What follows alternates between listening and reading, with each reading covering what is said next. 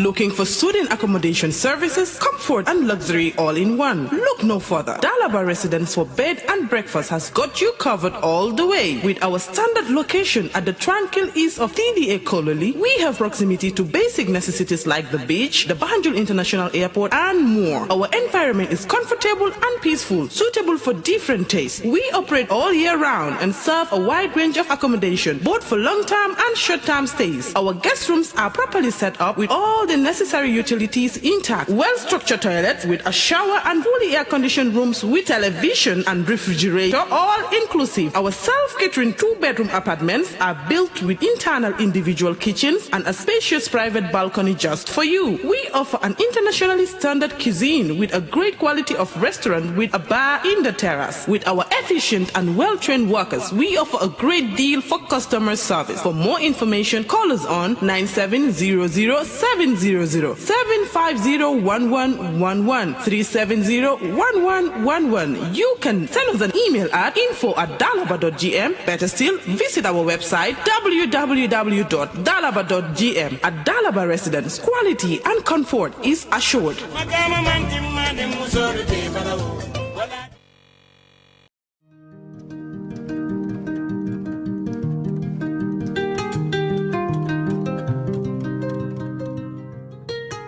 Fossil clothing all came out of a passion and belief for simple, beautiful, environmentally friendly clothing that would revolutionize the Gambia's garment market as well as fashion as a whole. It was important for this to be centered in the Gambia, to provide opportunities for a vibrant and youthful population seeking gainful employment in a creative field. Our vision is to be the African underwear brand with Afrocentric products for international consumption, universally accessible at an affordable price across Africa, and to manufacture our products locally. We believe it's about time for the Gambia to produce an international brand by Gambians in the Gambia.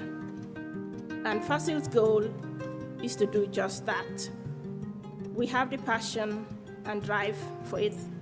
and I hope you do too.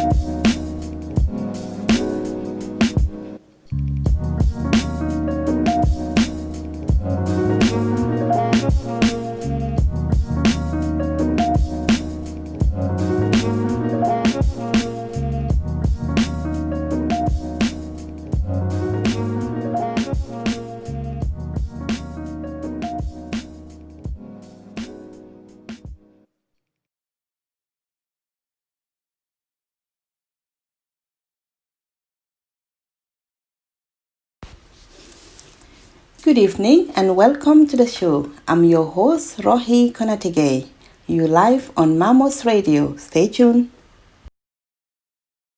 Assalamu alaikum badingolu bali kontonna molbe dawda albela moy kan Mamos radi bumbalala anal badima lamin marong dol kay kiyam mansa e Mamos la radi bumba ambenna kontondura kerekeran ba fudan la na bari musoma memo mbare toloro to be konade family yinkete kontano te aninisewo pour que la kontano ka futandi la bari musuma ma la kanuntema memo mbare konatati membe karawla York University membe Toronto Canada ay ala bachelor degree programo ay wala ke bi anu benyin kontrando ba futandi lama ka fay ko ala nyato sone andie e hamoke pour ka mensoto pour ka nyindu ko nyinke ala ya be sone andie oto mobe dawda drong mbe ka funyoma pour ka na kontander ba ka futande na bare musuma memu mbare konatete wala juralo wala be kekan bi mbare baraka bake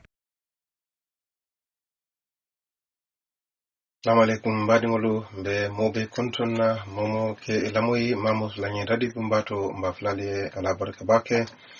alla sembentuya kan kala watu ta ke lamoyina aninka ndema aninka la mirul fanangi tande na nyimukuti aka do ko nyin sone ande yanin kadum kibaro nyin kunyin kono si kontondo frandi moluma me ya lonko e be dunya fanna jamala kela moyna ane kan sembentu ya fanda jamala purunka nyin kibaro nyin menke ani ndoku nyalu men ya lonko akera Suleiman Daboti membe America Rohi Konate Gay membe Angleterre Pa Hassan Bajan membe fana be Angleterre Nene Bojang me ya lonko atebe Scandinavia Norway mbemu kekendo leti ani musu farmanserin balu men ya lonko ikela wato beta kado poke ka kibaro kereke ka futande moli kibaro men yalon ko ikabo Gambia an Gambia bantala me yalon ko hadamadi wala nyantolen pour ka kibaro dindala fannala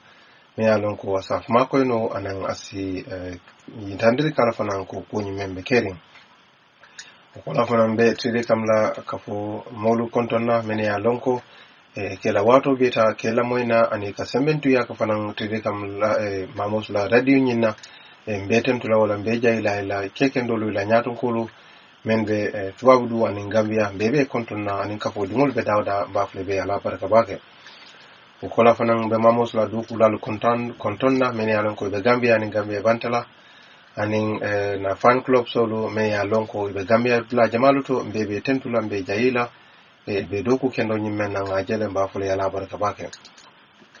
no bari jambadu ngadum kibaru nyun kungo kono ka yitanda la folo janin kadum kibaru nyun fankono ena kibar folo men keta pamudu bojanti ko ya lonko men keta digital fm la nyaton koti ay kumolu bay ko ya samalu wala nyatlingo la purume ya lonko moya tumi ko kumale fama men manya na kala woy men foko nen luaya mota nyanta ka nyanta kojo men bida fo million tang anin woro nin luwanyi nata muta ikanyanta ka wole jow kibaru kum fulon jang nyanta kamen futande wala mo imam li inara kibaru nyi futandama molye wosi danyi ke kabe doku nyi menna da ke hanamadi wala nyanto fasa Gambia abo doku wala wal kono commission wala mati kono wol mol ko koku wabe mento praye ji wo doku nyi na nyanta ka doku nyi mbula kibaro membo no mo menketa Mamadou Sabaliti me ya lonko ananayenin na president nu menketa Yaya Jammeh ana adukoma yawul fanan bondi kiriyo nyatlin wala ni warul kono kibaro ni fanan bo fanan futan lalma kibaro do membo fanan noma wala mu ko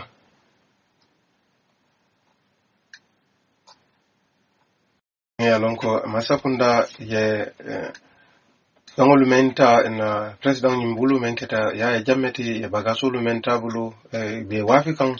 ikonyanta ka wolu be londile anun iba folako femfeme ya lonko ya tabulle pour si femfem pour que wafino nyanta ka wolu be londile folo fo jannin luwanyin ka kito nyin tay kibaro do membo no mo wala mo na prison meme mile to prison je iko ya londi le drone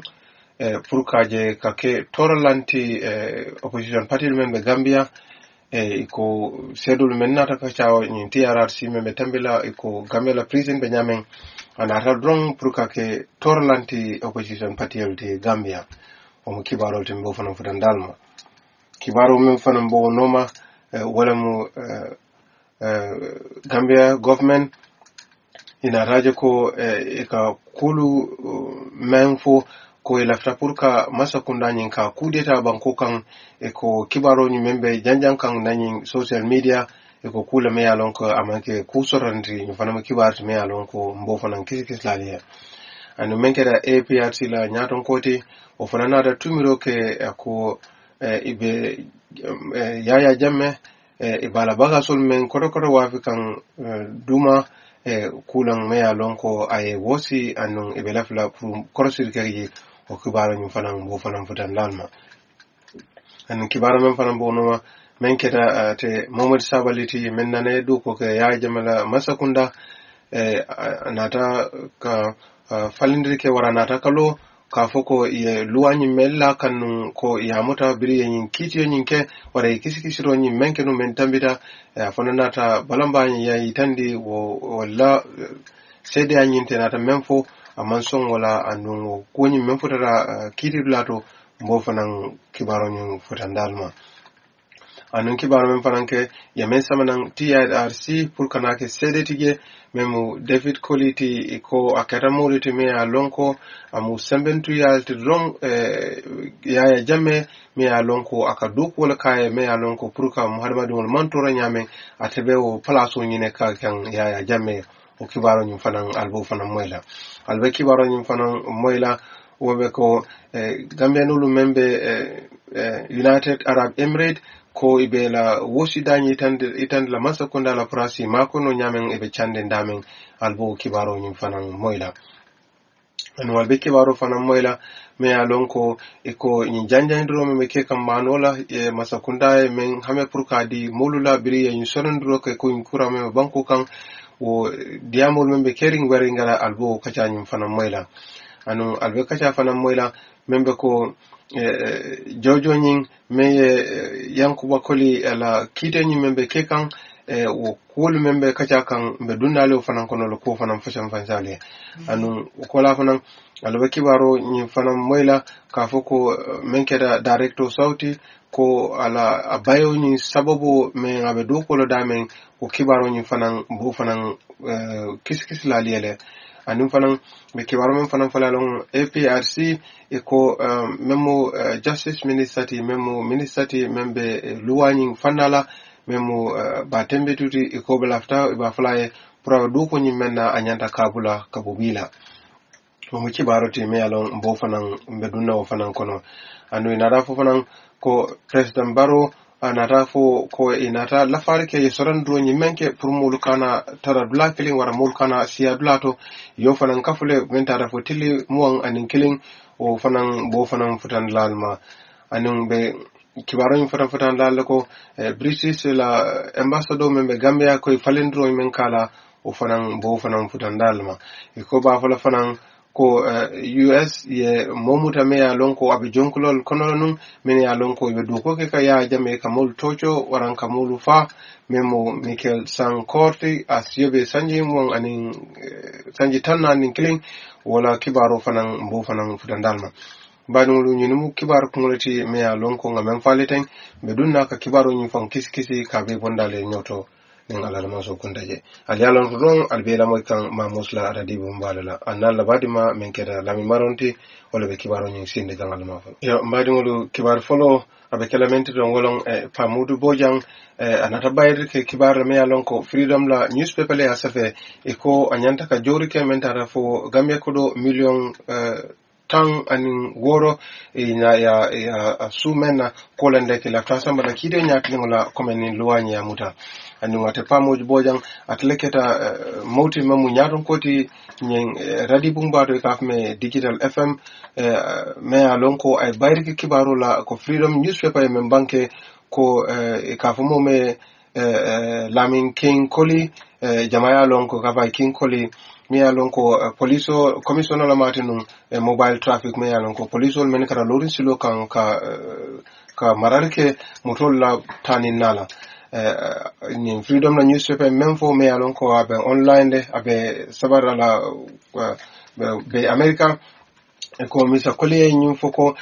pamode kumalel fama me alon ko aya mankuto nyine fo ana kulle la kan me alon ko amanka songoti o kama aya samana kiti to me alon ko aya tinyaro men kai ana kul men lak men ka songoti ayo haponi men fo wala kata million tang ani woro e wala la puru pamodi yojo kata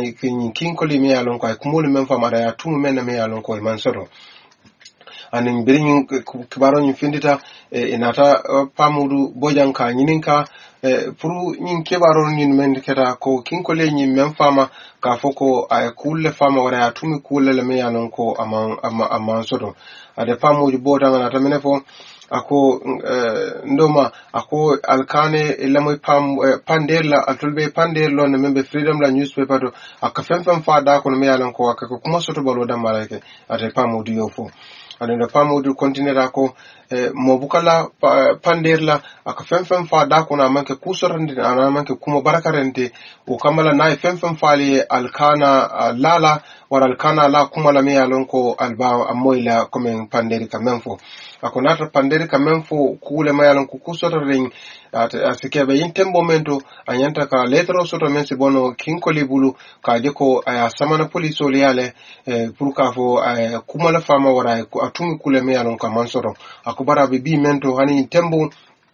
aman fen soto wara man letara soto te mo fana man fen fay ka fay ko mole samana jan ka fay samana le ko ya tumi kulela ate pamodu a contineta ko mo manyana la kala pander la aka menfo wara ka men safala newspaper nyinto aka fen fo je meyanon ko kuma soto balon drone aka tara wala fo kanje ate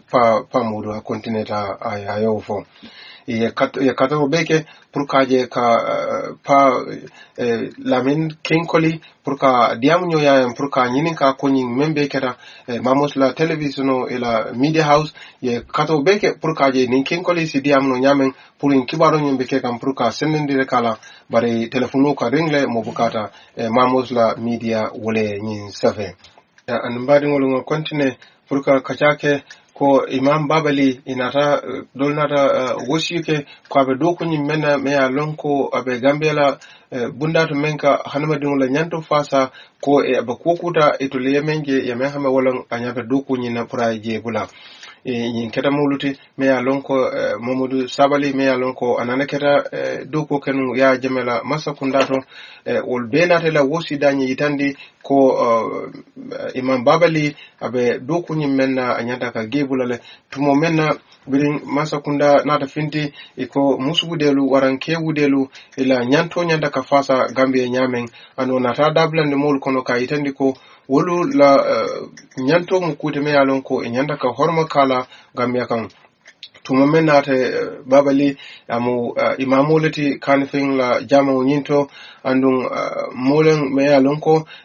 maya farmasandi ko ala londo nyin ay men soto ninata dinola fanala badata mokilon fanambe du ko la pour ka harama dingola nyanto fasa anata londi kula ko nyinu ke wudelu ye nyanto sotle andula nyanto nyanda ka horma banko kan ninare kuta me yalon ko akachani wartanu Gambia nyi wat kono British Standard nata kachalum ke enin Mamadou Sabali nyindu be nata ko nga imam babali mola me yalon ko nga horma bakele andun natantema teti mbanna palaso nyi mbatu lajele nga bondije mbenyi commissioner ya menna nyi ndula nyinto kantu mu imamo leti andun ngalon ne purka o la nyanto nyi fasa anin islamu nyi na kulu nyi manyana kata mfene mi yalon ko ititano ako ninata jibe fanan wosilale men fo ko ninata jiben islamo men fo kewudella kola me yalon ko anin islamo mantano anita kala karla ke imamoti yetta Kurano la silolu noma kaji wo men fo wala nyanta keke anu ite mo kilengo ina muru ikobe musude wala kewude lu pour ko fasa ila nyantola kunyimu kufula timi yalon ko itetano o kamala wala ne ko ibe lafila pura atabe do ko nyimena para o bula kantunga ne misla anin islamo ni christianity menkara gurmetol la fanati an mene alon ko fangi mansong fang kafo dino sototale ni nyunu bela silo manta wala le na ta kumande ko e ko pra abe palaso nyimento pra boje kachalal contineta e kon yemira alfan natam isafo ko ke wudelu wara musubudelu wala fendita silo kan pourka ila balamba ya yitande mosi a fahamno demanding bare me alon ko ye fahamro ke dino la ko wala bake yana ke moti yana lo kan kuma sifal fo in keramo me alon ko jama jiglate wol kono men keta Yusufa JS Sane nyumbe asafe la Facebook ko kono le ko yana ke moti ni londi tibati kana ni kuma sifa fo ayetul jiglate la wol kono fanan Al Hassan Kante nyumbe na da safro ke la ko ila ni ku yani la jusula la jusut la balia ye yitande imam babalila iko natra fan ko ñinu ka ñinu men fa saten wala li findita pour que la balamba ya yitandi mosi fahamro kena wala kandum kulbe siyara ndafa men yelo wen fon kumayata pour ka tobato kero wala Gambia ani na konta katake pour ka ate imam babali pour ka akacanyo ya amma na so ngai men foy ko atemu commissioner dam malati e mo sotole mi yalon ko wala kadiamu itol to yala andu e kiyama nol sotole ni to lafta ka femfen lo waran ka femfen ngininka ini wol si kacha no ya non warate balanda la pour ka diamu ako at lafta pour mo le mel lon dron ata kam men banque don wala pour ko wala nyanto luwa nyimmen fo ata ka luwa la fannalata waye men fo pour luwa nyi silo nyinta bari kana kunyinta komen atafangola kuolen akate mu commissioner da malti standard la newspaper nyin safe bari ngala continue momundu sabali me alonko anana keta president membe nu njefu ana awo dokoma ye samba kitiyo nyatlingula kunun pour ka nyininka kuolula menu tambitanu pour ye samanu jana commissioner pour ke nyininka nu ate momudu sabali me alon ko anyana ketanu nyaton ko tun Gambia la civil sabar Gambia la masakunda la duku bo nyata nata nyaton ko yalnu anu nyin ansumana jamme me alon ko ata keta ya jamme doko malatunu anu yetun mofulo nyin yebe samanu kite nyatlungu la pour que nyininka iko tumomena jana commission na da kisi roke ila manyalu ya menkenu bitumomena ya jame maralola ye kodolu nymen dundi an ye kolu men tapale ya wulu ina tanyine ka kolu ko kisi an wala kisi ro ye itandiro menke an ye kumolu men kafuno nyoma ko kolu menketa ina ta wala le banke ko ate Mamad Sabali kakeda economist lat wolon mome ya lonko julaya o safaro masakunda katama bulul menna amuwo nyaton ko yotnu jani akana keno no nyaton ko yala ka masakunda dokula lo be nyaton ko yano anu ate Mamad Sabali afana nata kenu moti meya lonko afana mu senior lalti pour ka kodo jama abondi masakunda la keso nyin kono ya jeme toyala ikonyin nata ke kutume ya lonko itul moflu be nata ke moti me ya lonko ka senior ke anu kono ya jeme maralo kono jama bale yemanta anin kodonyin fanan jamal fanan dunda kol kono me ya lonko amanyen naka tama nyamani ya tamanni silul me ya lonko na luwanyin namanta ukola inataje ko ate sabali ay manyalle ke me ya lonko anin luwanyin manta anata fawola doku wala luwanyi mene yakanta anuwolu manta tumomen na defon aketanu nyaton koti ninata da pansolu kunya kalanya membe marale ministry membe marale ngala nu fo sanji saba atata o nyaton kala fo janda be kala secretary generality 2013 nin kono anu ate jamana rake ate sabali anaraki fanan nyaton koti membe marale president la kunya la o tumunyi o sanji kilingo nin kono je anu ana ko natana abai sangin kono menketa 2014 watule nata bai wo doku nyenmen in bla ade sabale biring commissioner nying biri wala kisi roke inataja manyanyi menke ane fengonyi mentinyata inata masakunda yamari polisi atong isabali purka doko ke femfe yalon ko ane masakunda nyosoro amanya naka doko kale je bitum fo ko jani bafalo ko alaba atini bonle dunia kono nga sumane jamme menketa yaaya jamme doko mati fanan daketa kuluto waran business olto me ya lonko ye ke Gambia anin dolbeje e mantani silola commissioner nyin fanada kisikirke ila manyala tumomena nyatan ke yake business jamala Gambia me ya lonko ya jamal tumolan wol kono akeda Gambia anana keda fanan Gambia la ambassador de kata anu na reke managing director ti menketa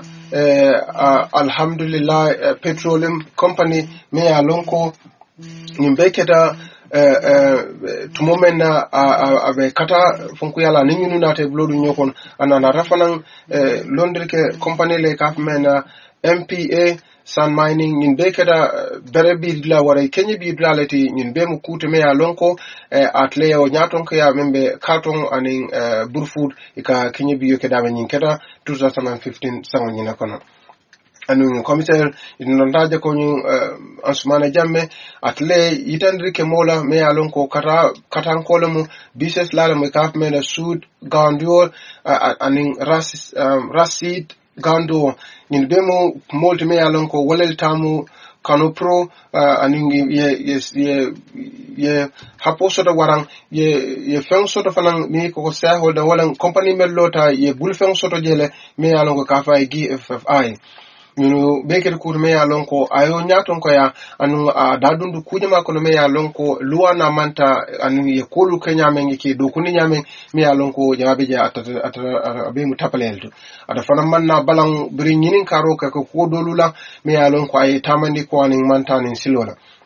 ani nata non almareke anyanda ko do men jolata da fo million mon ani nani wuli kema woro tan nani ni warawla ani bududu mon ani sey mi alon ko yenyul lata kuno kan mi alon ko atan Ansumana Jammeh anyanda ka wulu jole anu inata fanan lalu tabulu mi alon ko aketa bejilo ko kordamen beje anin oliyun dum fanan kordamen beje yo tabulu anin mutomen fanan ba min tada fo hapo million killing yo fanan be busa bule pour ka 5 ans jo ko juloni men bala eko en kesikisroni menkerade Ansumana Jammeh afana nata balan kala kontan balia yitandi ko jana commission ye luwalu wala kesikisrol menge ye menu je birin ye la kesikike la mankutola birin tumu mena ibe umara lolo watola aman son ko wali dunul wala ko ni memfa ama ala ni ko nyin yitandi ni nada gero menke biri la kiskisirole ke 1990 sango nyin kono ani ye luwale men fanal lande me ya lon ko luwa samuta damentola anata la balamba ya yitandi wolu fananale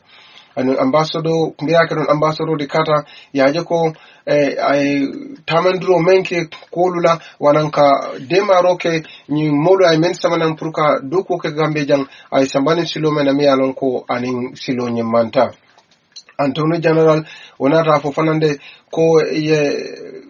kolin yin menu ke kisi anu inata sutero menke ko e manyal yin menke birin tumena ye konyin futande High Court 2016 e kole me yalon ko amadran jawya batale anu o kamala ibe ite yenyin mon mendolu kit luwa lekan ita wulundu la kan sansain kantung imam fenyi tandi men satin nako inyanta ka wulindi kan luwa nyi men foma nin kito ya be kuntu e men foma wala be lola ruka kunyin sutiyande badungulu kibarul kono mina men fana futandal lama wala mu ko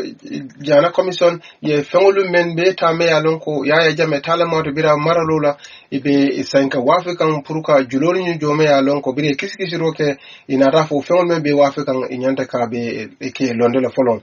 justice men keda luwanyin na buna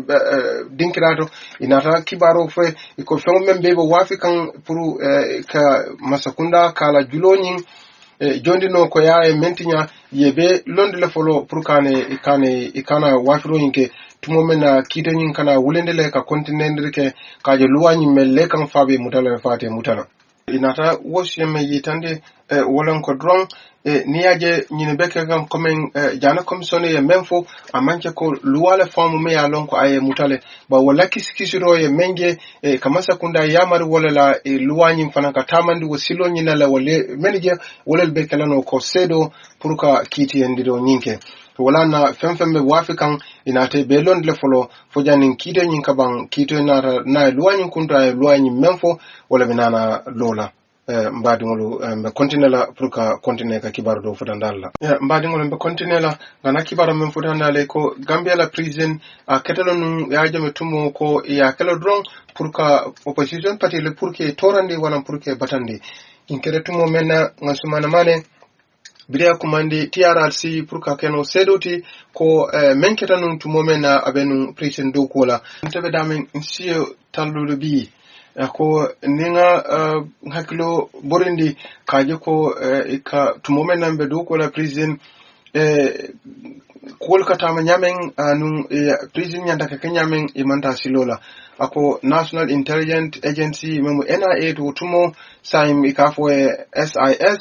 iko otumo ka molu samana ne pour que isamba prison ani ni ka samana inin kaiti bukana ware buka femfoye akudum prison dum lota menna dron wala ka molu karandi e kulu menke pour si keno mo kendo to nyamen sama baytul kona le ke samana ro ye fayje ko marsandiso andum inin kayti bukana pour ka itandi le ko ngani min samana nyineke witol dum fana men katuraje e buka hani pour que nyininka ka foy ko nyiye muneke waran kaytulu dinna pour sa faham ko kare meneke anu nyanda kam labulunda de lande ako itol kameneke no dron wolon ka motoñ me nanata ikola number plate o number yinda malata bare buka hani ke nyininka waran ka foye muneketa nyina ko itol kana dron ya ye fayje de ke tela hajola ako nenyin mira anin kolin kata nyamen abebu kata anin silola andun ita hangila purka fo ibenyin kala le ka fo nyemu neke fon kalon da ko komen kata je abukata anin luwala andun yin keda kuti me alon ko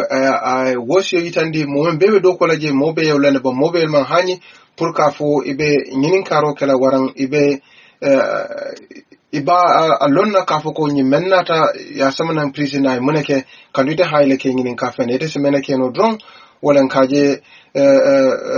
motome ya samana wal momile ya samana iko nomba da malata o kole be ko ko keno ate nyi ate asuma mane ya nyi banke anata na nyi mamos la radi mamos media wala kibaro nyi safe badum la continue ngana kibare do fono futandalia ko Gambia government fanambe mulu yamarla e ba fole ko kibaro membe janjan kan ngin dunya kono ka fo ko el afrika kude tala ka Gambia e ko kule me yalon ko amanke ku sotorende menketa masakunda la diamu lati kafa Ibrahima Sankare na ta diamu fanke mamus la radio to pour ka senandere ke anin radio dol men famba Gambia pour ka senandere ke ka foye kibaro nyimme mulu kamo ya bejanjan kandula kono ka foye ko la frama sakundale kude la Gambia ako kule me yalon ko amanka ku sotorende mol men yalon ko Gambia la nyatuta manke la nganiyoti itul femfensi keno Gambia kairoti o manke tul nganiyoti wole ka wule kanyin audio sifalu dada ka kibar sifalu da me yalon ko amanke kibar sobedi ka janyedu da kono pour ka mol silandi ka molu kiyo farandi ka je ko pour kaironi tek ben kambe on sisok no nyamen pour ko beke ikolal mu nyimo si vale tolta itel hamo mente don wala ka pour ka Gambia je akana ta nyato ta Sankare ayo fo ako biriye nyin ko nyin faye anatala kiskis roke ay lamoela anatalon ko nyimo kute me ya lonko amanke kusororenti abemu kibaro te me ya lonko amanke kibar tonyata ko to ako idul fanambela kiskisiro kelale kaje ko men beyin kono menkera na ISSS wala lube polisolu ning kullu polisolu kayun konin be kisikisi anin ekamok men fanayalon ko sojar bondala ni masakunda sojarol be blodi nyoka du ko ke nirbe konin tale be kisikisi ke kan bari ba falamu le ko mombe tela hajole kana sila ko nyimbe kibarle me yalon ko amanke kusororende iko inara kisi roke fanan ko momen yalon ko ibenyin bamburin ko makanyin manya sifake molle me yalon ko iborta domu Omar FS Sane duka ko Baitullah ani momon maron itul mumote me yalon ko idabenyin konyin kono itolenyin konyin be tabi puka nayin kibar sifa futandi molle me yalon ko amanke kusororende Umar Sane mi alon ko atateketa nun sojarol tunun 98 kono anu abota tata amantra Gambia wenyin banko nyin kan wulel kata nyin WhatsApp group to sangi ka ta fango yaji ke kabe kasamasle wulel be dabe nyin ko nyin kono kanyin ko nyin beke ndun wulbe mole mi alon ko bal surare labake iko sane womu ater malti ani momud maron ko ya jiki o taranin koma silola anu ataranin abe Italy le sign ni watol nyin kono iko bari itul continental le bela kisikisi rokel kaje ko ka Londres ke koni bonsungola ani jumalal ba koma anu luwa fm fo akoni to ko wala betamala point standard newspaper wala nyin safe mbadi ngono nga kontine kiba do men bo no wala APRC la nyaton ko memu ala nyaton ko membe Gambia men keta Fabakary Tombong Jatta ako masakunda be kokule nyanda ka abula me alonko ibe ya jamela ba fengolu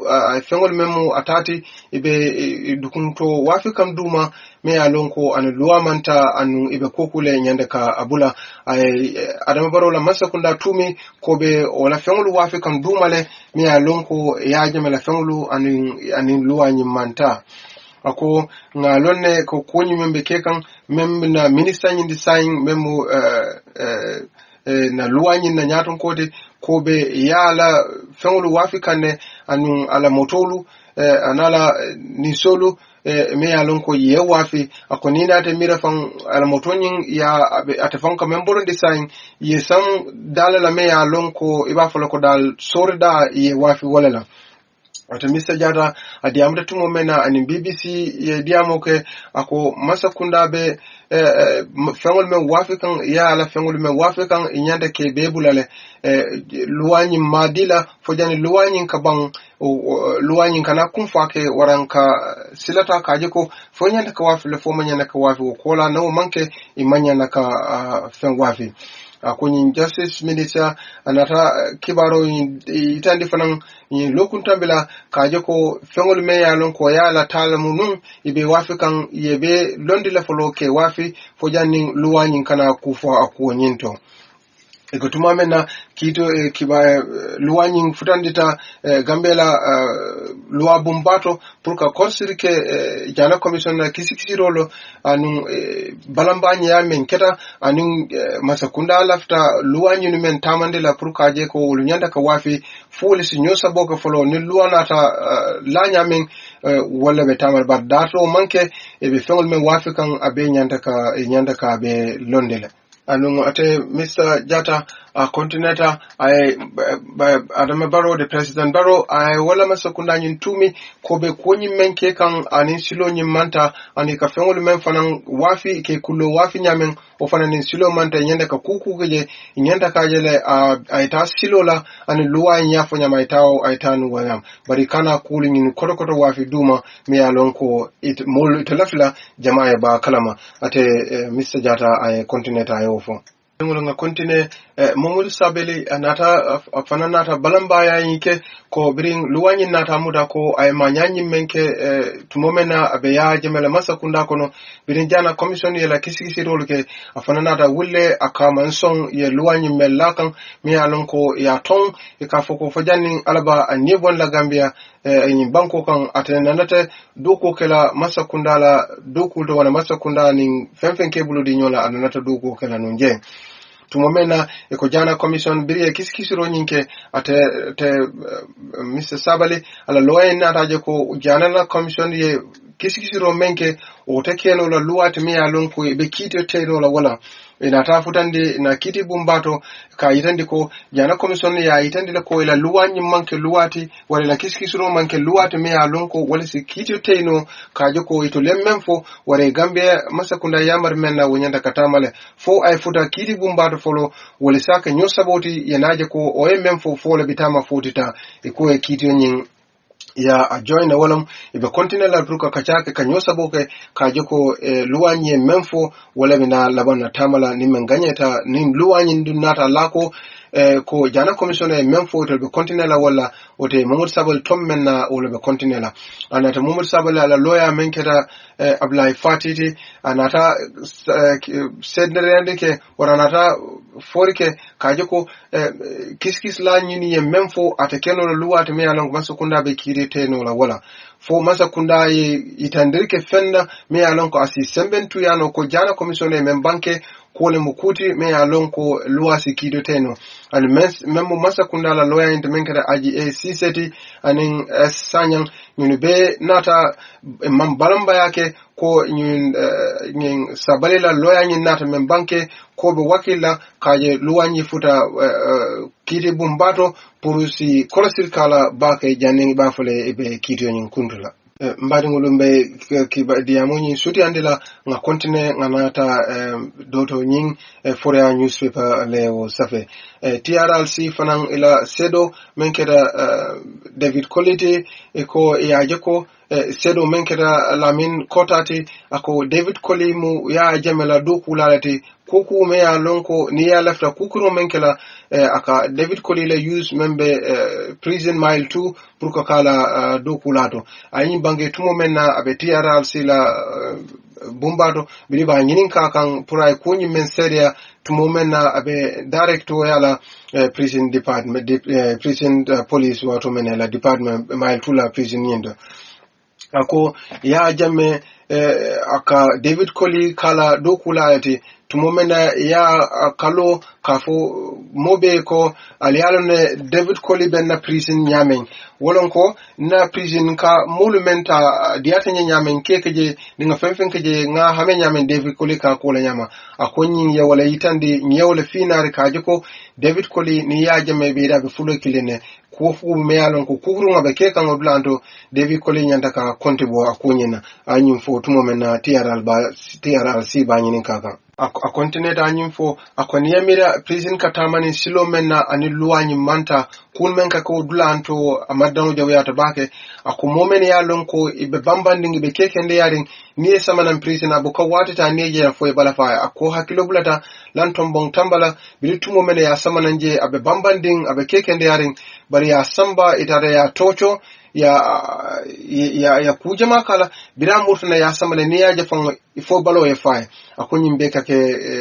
mile to prison atakota asiebe sanje taworo ni fula ako niye ajiben selolu me alon ko kamolu dundige e ka hapu manyana kasiya bari kamomu amfango beta e ke beke bunknin kilin kono me alon ko amanyan ani niyaji ben o selol nyunu abe madrawo nyimme nyama ka babaro le landidron anu selo nyin kono to be mu jeleti anu ka kamata men fananke o fanambe karte fe o bundu nyin kono le anu bungu nyin na tero nyin fang be montore ne ka babaro le laaje pour que lanu kan ako kamol jafan e karta nyin prison kono e kela fanolu warankela tawelolu ela darabolu pour que falling pour saje isi no nyama wara si lano nyame ako nyin beka ke prison ani dol fan e ke sankelu fan e ka jula ya jele pour saje e pour susula lukane kinno nya ako nyin beka ke prison e ko domoro men ka domoje ni yaje ka tabe nyamen ani silo manta mo kendo fanta kamen ke domor kende fanti kamen di la dunia kono prison kono je mamusla media wala en kibaro min safe bari nga continue ngana kibado futandalma e ko gambianolu men ya lon ko bi nat amrat emirates e ko United Arab Emirates e ko lel fanela wosi dañin futandi Gambia masakunda membe maraling bantla bankulu jeknyolo kuyala e ko prisi demarke ko be chande ndamen prisi makoy tumomene bela wosi dañin safela Gambia embassy yela wosi da futandi o fananata fo e prisi commandirke wara si Gambia masakunda kachanyoya inata point Standard newspaper fanan tukol fanan kafuje print moment na ni bela wosi dañin senda na minister mem maraling mantle banko joknyola ya tangara ya itandi lako ebe damen ye sulo kanin bakale biltumo men na nyin covid be kekan ye dulalu be restauranta tul hajo me wulindi katanyin sateto waran banko da kadoko ke nyin jankaron be kerin ayatinale ulu jama lota doldum walela doku lalu talale wayatina itulu doku men yanda ke amang imasoto ibe taral damen ibe mendomo la fang abete bul fomo men yalon ko ka hinefe watinen wati walel ke dema bari be damen ite fansigned lano kantum purke la visa nyum fango damma topato o mu kodi jamaleti iman doku sotno si famma ko dam sako kafo be visa nyino topato wan ka tiketo sang purka sainan iko latina ibe Gambia masakunda danila ko ibe kukuta polisi demano nyamen isi bonino imblando katabaka nyamen kantum purka balu fonke wala fongo mu e bulu dokoti ibe intumo nyumena andum enata Gambia masakunda fanan kachanyo ya kajoko isinyunu demano nyadile polisi bendu ibondino nyimblando nyamen katabaka wol fonanate la wosi dañi yitandi ko tumo ñun be damen to sain pour que bondije ate kala kodin dinti abe kala kodi jamale to anu ninata jibe fanan Gambia no me alon ko ibala ibe chanding duniyal kono asiyata bakele ni yetolu bondi wodulanto foyat ya kata fanan mbol membe wodulalu minuto pour isi wolu fanan bondije kandito be damen itul tatale fomo muwan astafra fomo tawworo me alon ko o damma o itole wole tol safe membe bararin United Arab Emirates so ni toliol bondije ministre nyin kacala nada foko fo gambe non men benyun dunia lalto fo yol fanam be bondije and molu nyanda kalon le fanam kombe jankartu mo nyum mento dolbe dulalu to me alon ko nyin jankaro sembo warta wol to bakale so ni ko bol bondangi yesamanan o fanam be kana la mantora ba doleti Gambia banko nyin kan so wala na akunyin ay kora sirsile ata keno la kutumi anan koy ba nyapin kanal ministry membe marling banta joku nyola la wol fanany banke menkete la diamu lati menketa segu siseti ayin fo standard la newspaper badi ngolanga continue pour kana kibar dolu futanda ma hanisain adingulu menketa welingara ko diyamo wulindita biritumo menna Gambia Mansakunda be janjandere ke domorola birenyin jankaro men wulta Gambia atina molmandu ko keno e fengolu men sang manolin tululu ni sukrolu pour que janjande bari momembe welingara tundola wolnate la wosi dañi jitandi ko be janjandiro men ke kan domoro nyinne men yalon ko Masakunda ya ngani pour ka dila e ko amanta katani silola ko bring April kono birin tumo mena Masakunda ye parendirke manolula waran tululu men tada fo wuli keme fula tansaba me alon ko man botolu kilo tallulu bagole men san ani men tada fanan sukuro wuli keme fula tansaba me alon ko sukur boto kilo tallulu yewol fanan san anun tulu galono wara lita men tata keme tan nani ani sai yin san tulu galono la me alon ko olbe nyanta ka janjande mulie tarin ko bari yela nyi wosi danyi me yitandi men keda welingara central wolunata ko iman kontande to momenna satewlu waran suwodol be bala wolela manol ni la sukurul sotole itolu hansain imam fen sotono ko yin talaro nyu mekekan ulkona men keda Mariama Sisedi atayala wosi danyi yitandi point newspaper ka yitandi ko itol tarajele tanalungo pour ka yitandi ko inatela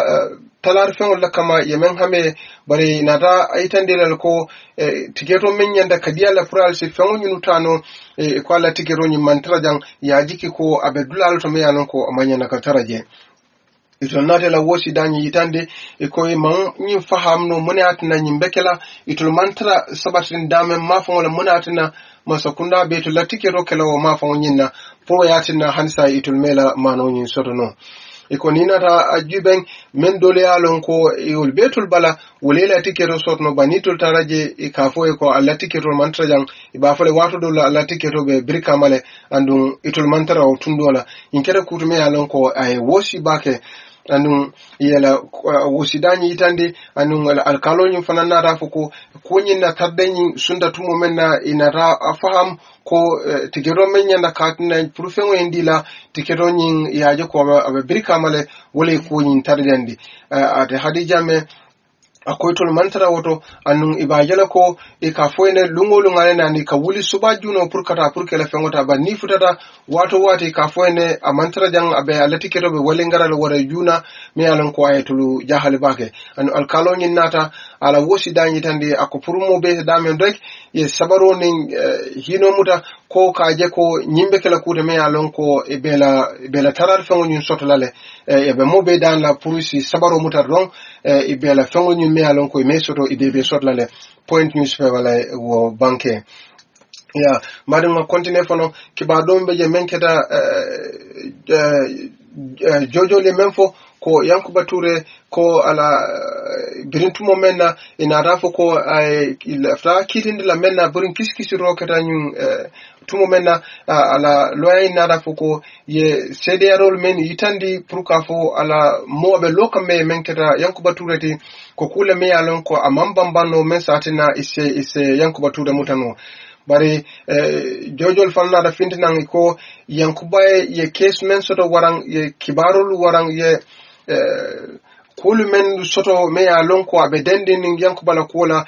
o sembo soto men satina pour Yankuba si samano kito nyinale kito nyi si continue no la kafuko ela taka kito nyi bay banyinu nata fo e sedani men soto Yankuba Karola we sembo soto le men satina kite nyi nyanda ka continue no nyamen so kamala ya yeko ba fala ko nyunu Yankuba tumita menula hani sa kite nyi mambai e ba continue la pour ko kite nyinke for newspaper le wo safe badi nga kontine ka itande ko Dr. Sow afananna tala suno wala wosi danyi yitandi ko ya bay doku wala sinyafula anu ya keni nyaleme yalon ko anu luwanyi manta tumomena ibanyini ka kan TRRC ate Lamin Sow ay kachake nyin araba tambila bilituma mene ba nyinin ka ko ya bay tuma menna abe doku wala wato mena ko ya bay men kama ne ya jibe anu luwanyi manta anu ya bay le sinyafula min be sinyafulo be ka kele drog bara manke komen kule be nyeme manyantne kaba wara kule ke me yatna usatna asuta la bayola ako atebe do kola inata kai ko ne bayle anu menke da NIA sanyi ka fo SIS wolna ta kai ko purina ta la sukono wol blata no me fresu kono ala uniformulu be cika aya adila andum a continenta ni itendenda purkata ila bumbato purani yakacha agutumo mena biribita aya fala muso eko ngembay do kola ten sign time akonye barimbita nimmo monata jang akoyko puriye kododen na ikana kodidi ala kantu mola julutanna mola fentana me alon ko nyanta ka ika menjo ayun fala muso e bojanna ngani NIL nyun kata anu ngal se a continenta ako o kola lo bay kola inata murundi kotanke purka do ko nyinke 2015 sango kono andu inatana abay kotake biltumo mena yaya wulta purba tamola anin doba la nyoje tumo mena inata bay atun briba ta bay la yani moje mala fanan bay nyola me alon ko yebe samba NIL headquarters purke la kaito nyin dila me alon ko ye safrin dinna ke jaren kaje ko ye bay do ko nyin nala andi mafo ye munana ye bay me nyin safe mamosla media la kibaro nyin safe mbadu nga kontine purka ka kibaro nyin fanan fotandala andung APRC ibela wosi danyin iba itandila minister membe maraling tanko membe maraling luwalu kunyala iko abedu ko nyimena anyanda kabulale eko tumomena Anthony General Menketa General Babukar Tambedu ay signarolu ke tumomena purka kake Adama Barola luwanyin nyatun koyate anu ate fabaka tombong me yalan ko atodum fananketa APRC la nyatun kote ay conference on menke yin luntambila purka la wosi danyi tande kaje ko ba tambedu nyanta kala du ko nyimbulale akam furko kantunga kamanya le menke ako ba tambedu la manya me yitande wala mu amang kersa Gambia la tine no makan amanta purka Cairo sabatande Gambia ni amanya nyin korasi ako nyin katinale atamu akatele mu President Barola yamar lati ninata luwala fanala ba ninata jibe atla mankuto nyimme yitandi akatinale President Baro ala mankuto wara darijenya banko nyin kan abeji kan bakele ako purka atina moluka hormo nin wirkinte me yitandi president nyinna atlanyin manyanyin katnale o bebe jikan akay manyanyin men fana yitandi purka ya jamela fengulu nyunta ke wafi kula me ya lonko ibanyapin kanne bari mantra kake anin silula warang mantra kake anin luwa nyinna itobe nyapela drong ke fang bana yandi nyin konyinto ate Mr. Jara continental fu ako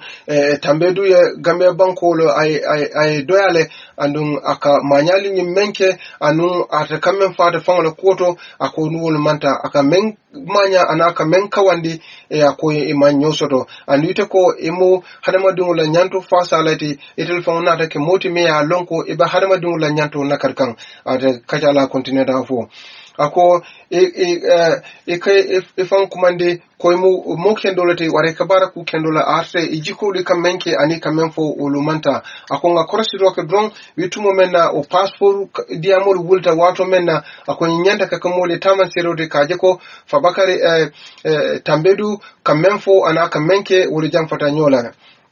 ako ni koko ba kekan ataba fansun kole ni ne kekan bara manche komen mole abula la wara luwale ya usembo ni ndia la bara ka koko ke akaka afole amantra ka luwanyin noma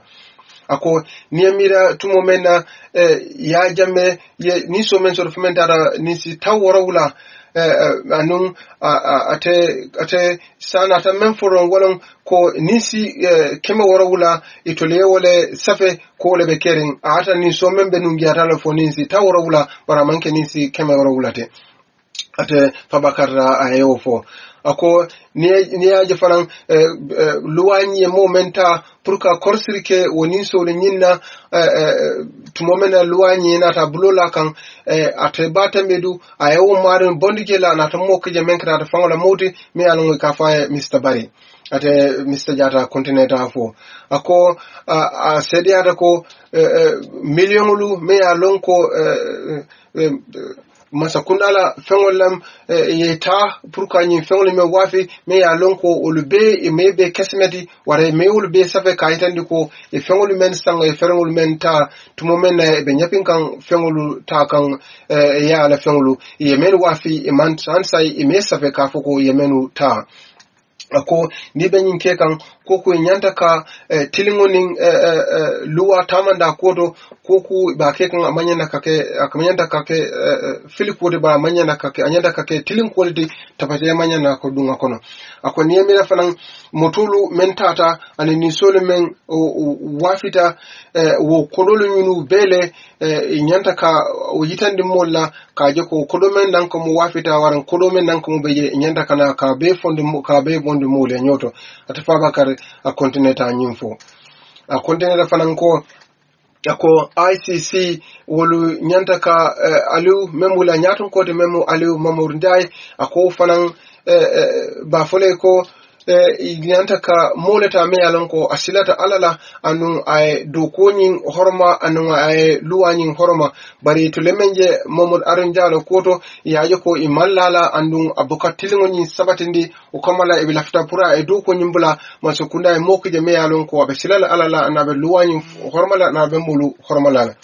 ata jata a continue ko nyin be men ke kan amanya na kamoto me alon ko abe lala patila kan anyanda kala molite me alon ko abe tarra mo beleje anu luwanye menfo abe wole kay barata tarra mo kilinda mai ata Mr. Jata continue ko madi jo bata de ko wokam menfo ka fo ka harmadu nyanto la fasa wokam menfo me alon ko ako tilingu mentara ko to ako ko menke abukata nin tilingala ata Mr. Jata yofo a continue da fananko ako ye fengulu menta yaya bulu ako nyanta purke e be murunda kan birin luwani tumo menna ya yitandiral ko ye menu tabulu e man luwadi la pour ye wafi o kamala fenfe me alon ko ni ata yaya bulu nyanta ke e be murunda la le sai be tembo mento ate Jata ayofo standard newspaper wole nyin safe badingono kontine president Barrow anatana kontine kafoko ye tondro menke sorandro menke dulalu ya wulola waran dulalu membe yelelen pour nyin jankaro membe kering ay tilem won anin killing la fajele kotake pour ka tendendir kala tumo menna anatana kibaro nyin banke kaje ko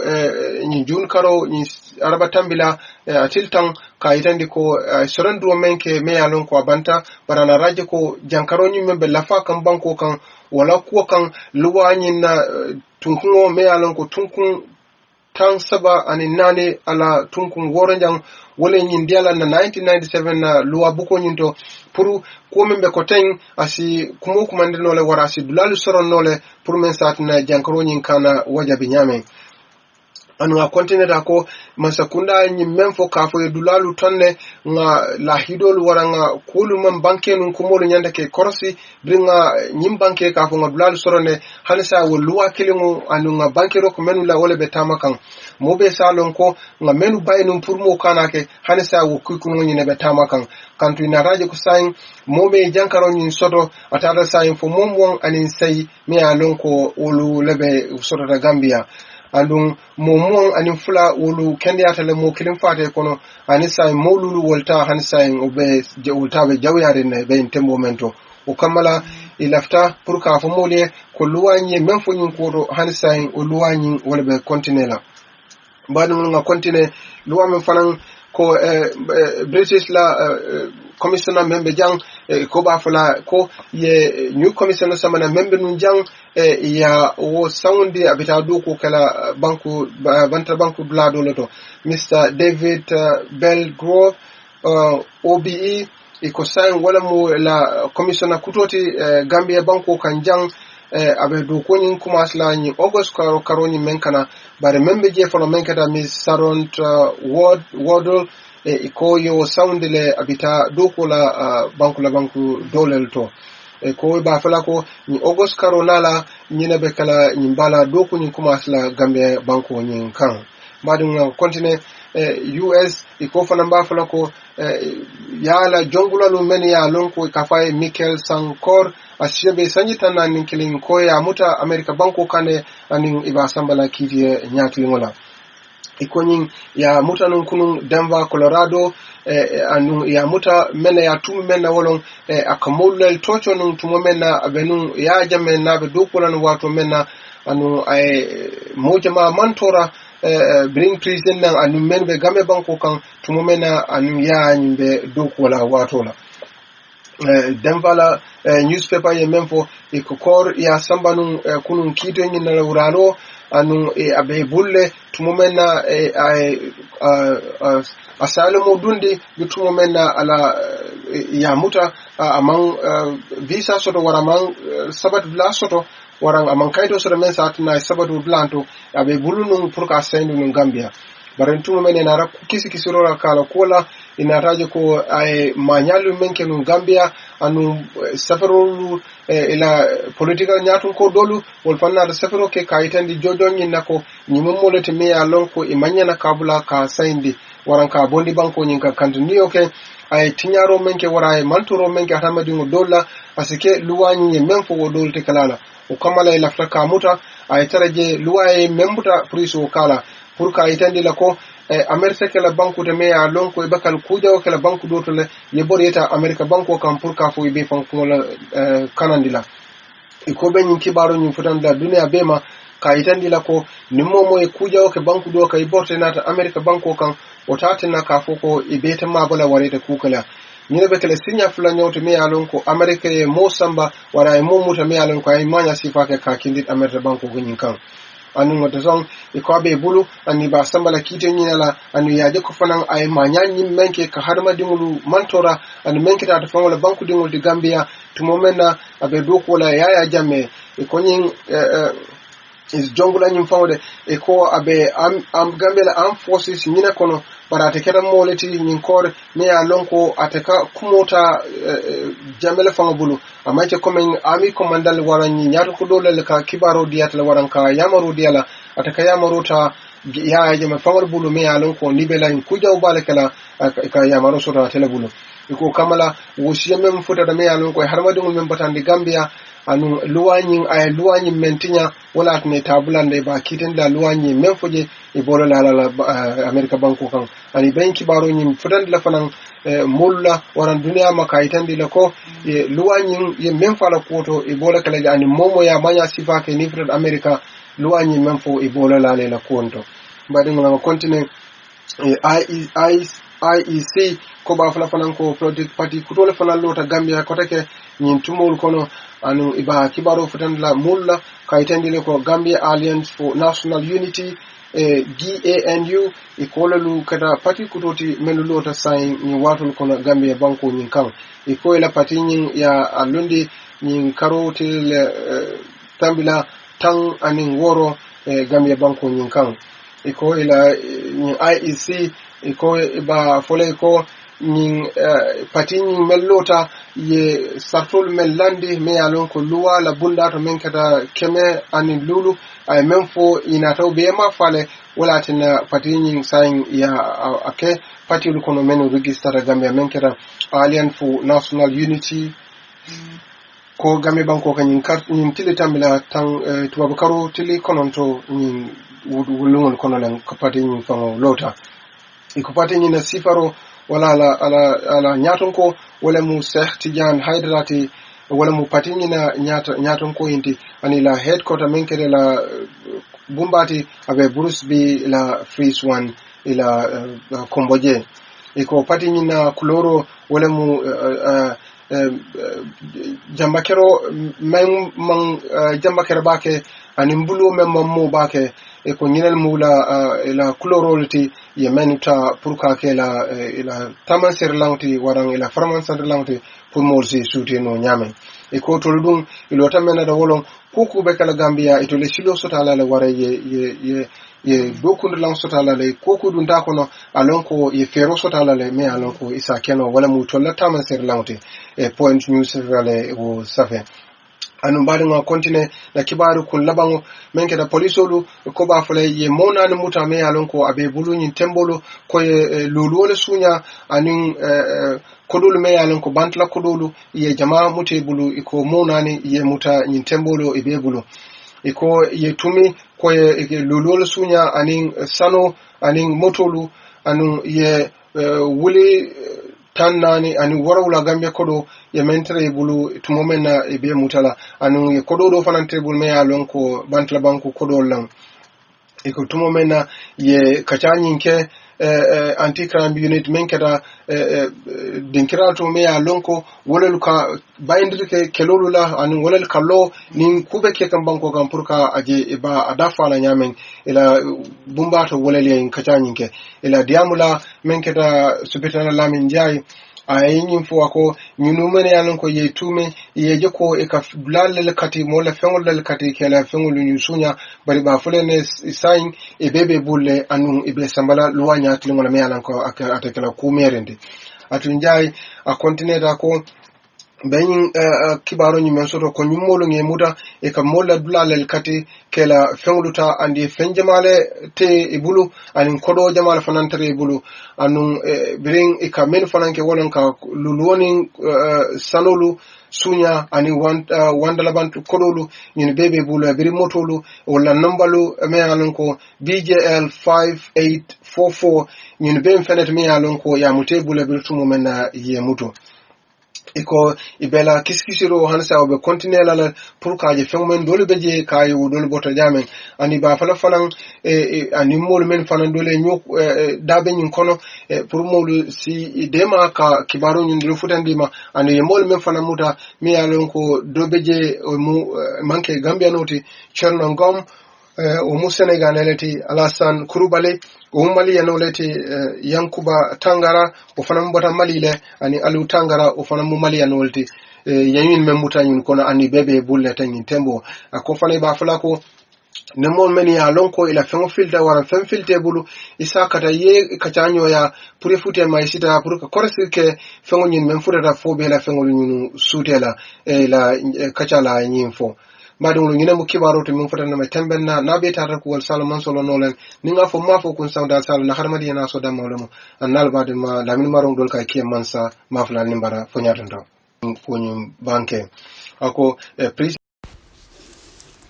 Good evening and welcome to the show. I'm your host Rohi Konatige. You live on Mamos Radio. Stay tuned.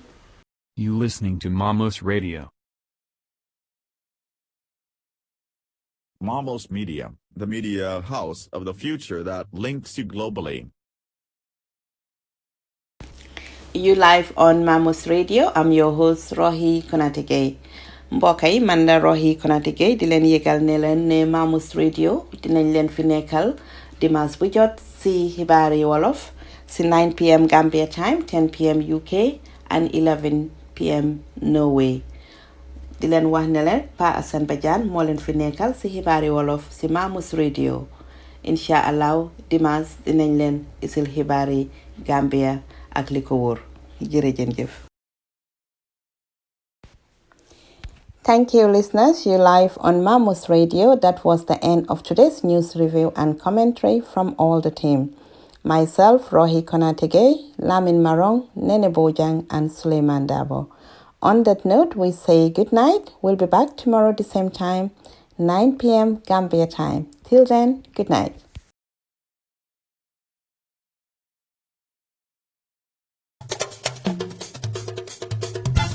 Looking for student accommodation services, comfort and luxury all in one? Look no further. Dalaba Residence for Bed and Breakfast has got you covered all the way. With our standard location at the tranquil east of TDA Kololi, we have proximity to basic necessities like the beach, the Banjul International Airport and more. Our environment is comfortable and peaceful, suitable for different tastes. We operate all year round and serve a wide range of accommodation, both for long-term and short-term stays. Our guest rooms are properly set up with all the necessary utilities intact. Well-structured toilets with a shower and fully air-conditioned rooms with television and refrigerator, all inclusive. Our self-catering 2-bedroom apartments are built with internal individual kitchens and a spacious private balcony just for you. We offer an internationally standard cuisine with a great quality of restaurant with a bar in the terrace. With our efficient and well-trained workers, we offer a great deal for customer service. For more information, call us on 9700 700 750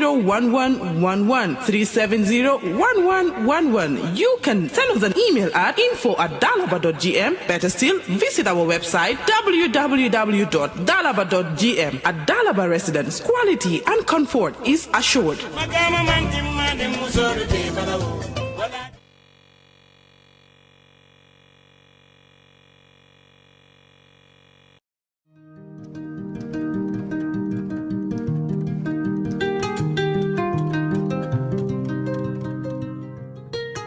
Fossil Clothing all came out of a passion and belief for simple, beautiful, environmentally friendly clothing that would